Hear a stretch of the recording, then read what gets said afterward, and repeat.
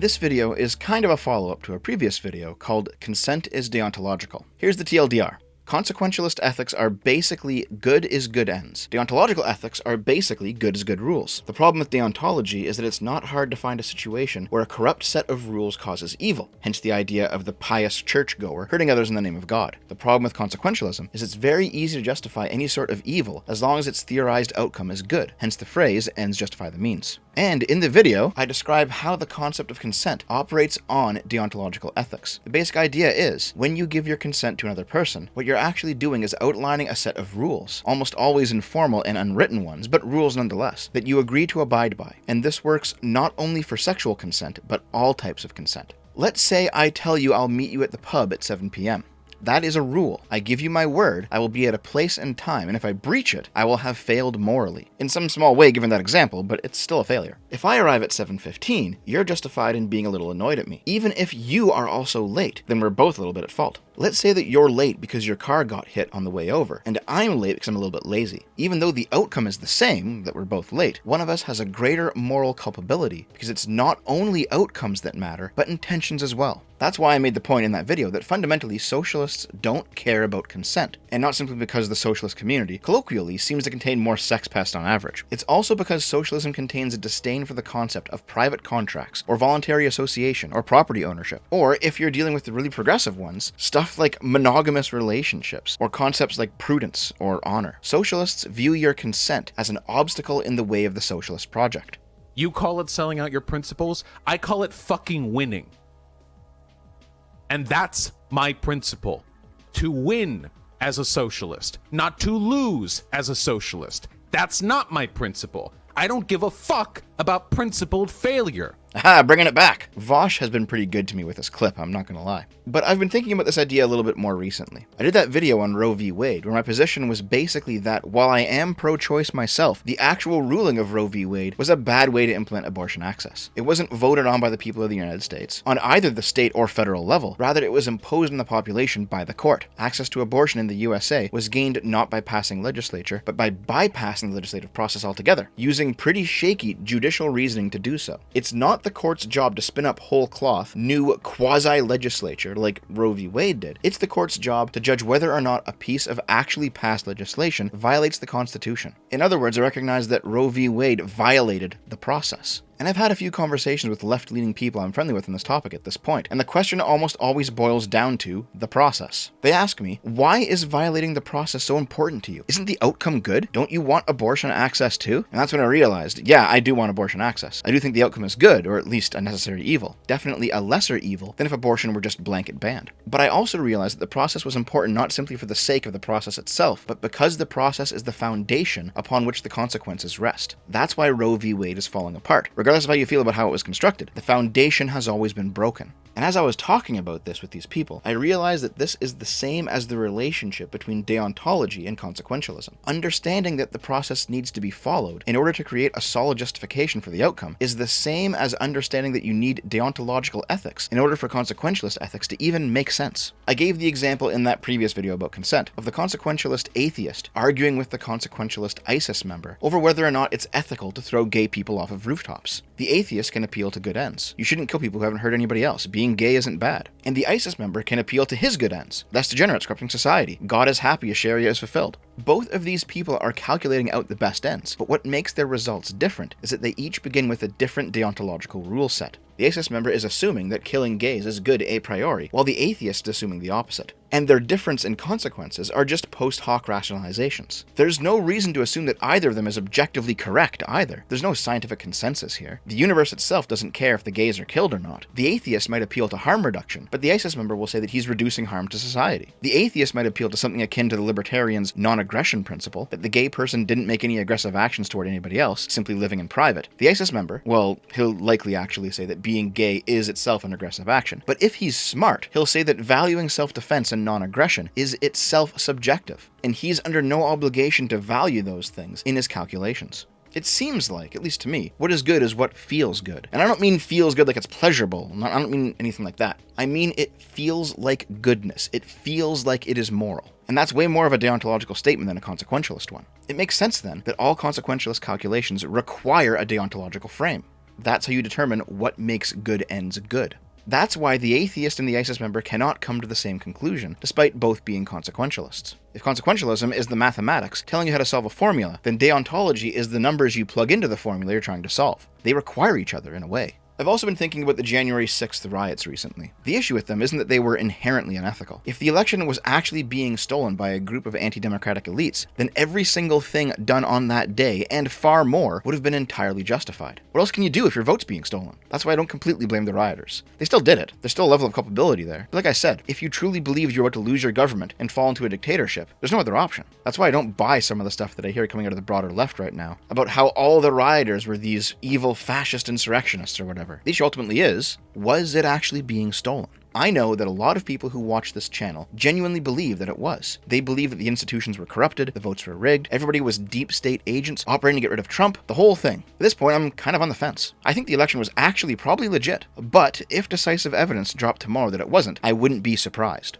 For the sake of this conversation, though, we're assuming that the election was completely valid, Trump lost fair and square, and that Trump was not just a bumbling doofus who didn't know how much damage he was causing, or an egomaniac who huffed his own copium to the point that he also believed he won and was unjustly being ousted, but that Trump was actually a budding dictator who knew he had lost and didn't care because he, a priori, considered his victory to be more important than the vote. Assume that for this conversation. I know it's hard, you can do it. The democratic process is, arguably, the most important institution in US history. Trump was fighting tooth and nail to undermine that institution, from poisoning the well on mail-in ballots months before the vote, to saying to his supporters, "We gotta march up there to take back our country." You don't fight like hell, you're not going to have a country anymore. We're going to try and give them the kind of pride and boldness that they need to take back our country. And admittedly, yes, also saying we need to peacefully make our voices heard, which to be fair is pretty good cover for his rhetoric.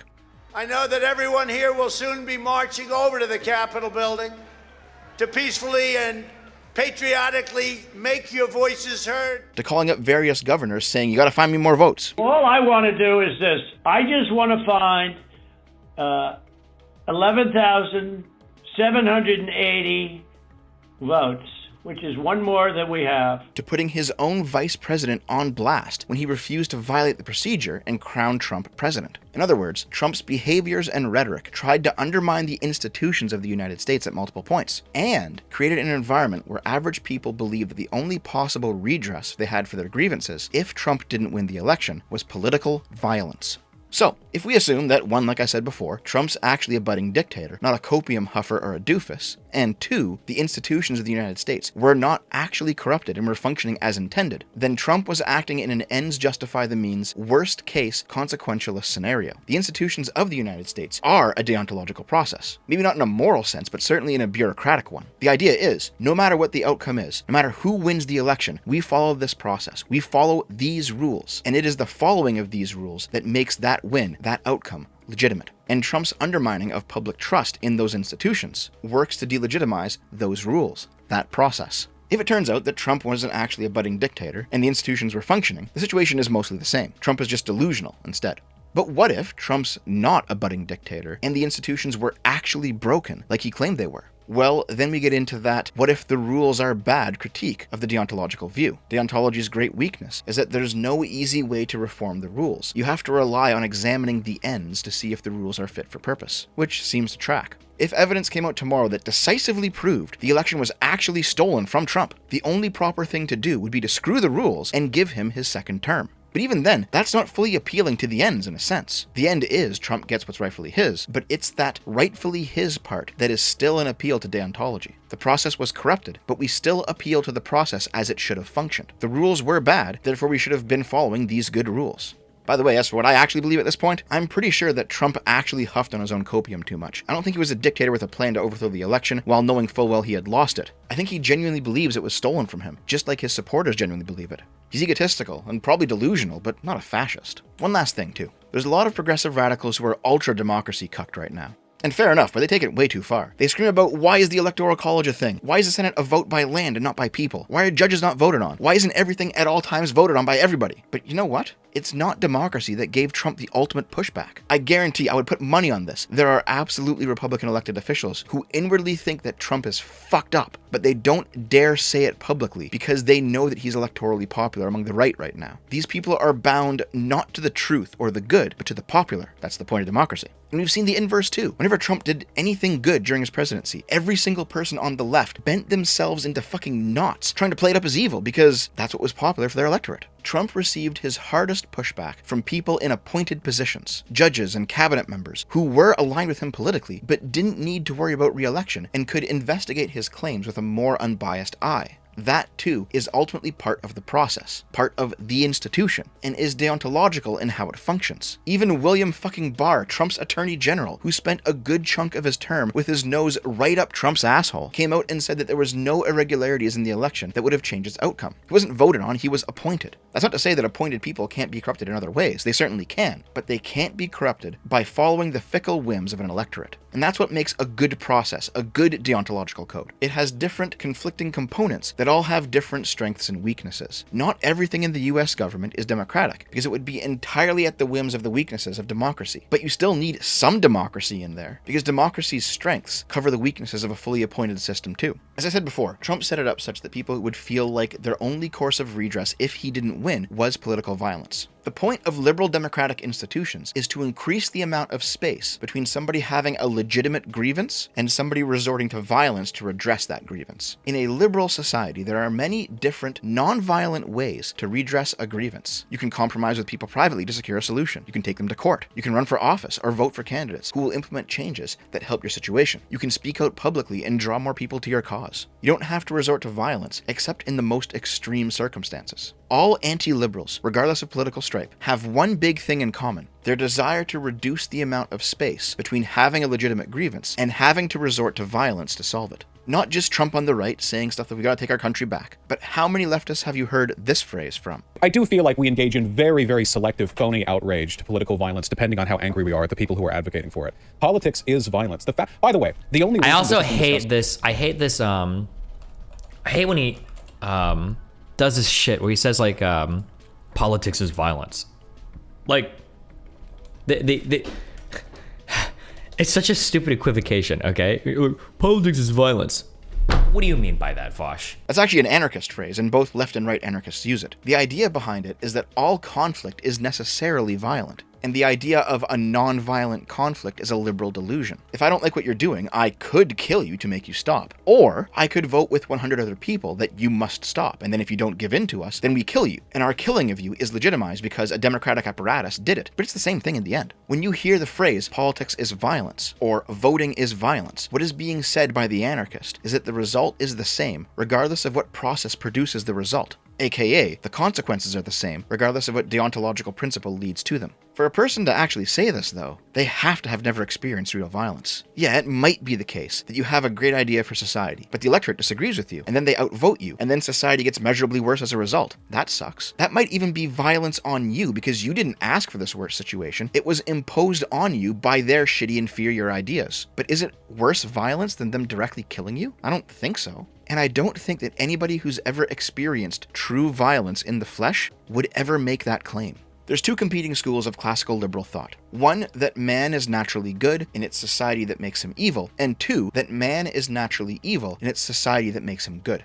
If the first position were true, then dismantling every single institution would lead to a better world. But considering the failure of all types of anarchism, and our current successes despite all of our problems, I don't think that's true. If the second position were true, that society's institutions make us good, then how do we explain a totalitarian state that grinds down all within it, or an oppressive, indifferent bureaucracy lost within its own procedures? These clearly don't create good people either. But these are the bad rules of a failed deontological system. That doesn't mean that every deontological system is a failure. It doesn't mean that good rules can't exist somewhere. I don't exactly know where I'm going with this. Most of this video has been a ramble. These are kind of new ideas to me I've been thinking up. And frankly, I've been gone for a while. I needed something to put out. It seems like to me, a prosperous liberal society is one that is democratic, but not too democratic. That allows for the individual to override the democratic will in some important matters, but not all of them. That doesn't chase good ends for the sake of building a utopia, but instead grounds those good ends in adhering to good rules, and constantly updates what constitutes a good rule by examining what kind of ends they produce. A liberal society must simultaneously be deontological and consequentialist. It must be democratic, but also have areas of life where the democratic will has no say. The liberal principles of universal standards and rule of law, consent and voluntary voluntary action, privacy and individuality. These are deontological principles. Liberal institutions must be deontological because the consequentialism of liberal people is legitimized by that foundation.